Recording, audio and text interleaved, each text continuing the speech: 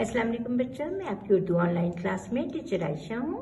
आपको जैसा कि पता है कि पहले आपने अलिफ से ज़ाल तक का मैंने आपको होमवर्क भी दिया था और क्लास में डेली आप अलिफ से ज़ाल तक लिख रहे थे। तो आप लोगों ने अब जो मैं आपको होमवर्क भिजवा रही हूँ वो क्या है, आपने अलिफ मज़ा से लेके ज़ाल तक लिखना है, यानी अलिफ बे पे ते से जीम चे हे दाल डाल ज़ाल। और जो नया लेटर्स मैं भेज रही हूँ, जो नए आपको हरूफ भेज रही हूँ हरूफ तहजी के, वो है रे अड़े जे और ये। रे अड़े जे ये।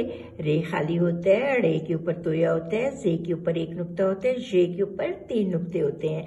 आपने ये अच्छी तरह याद करने हैं कि रे है पहले, फिर रे है, फिर जे है, फिर ये है। आपने उसके बाद इसकी यहाँ पे राइटिंग करनी है, यहाँ नीचे सारा ये रे रे जे ये लिखना है।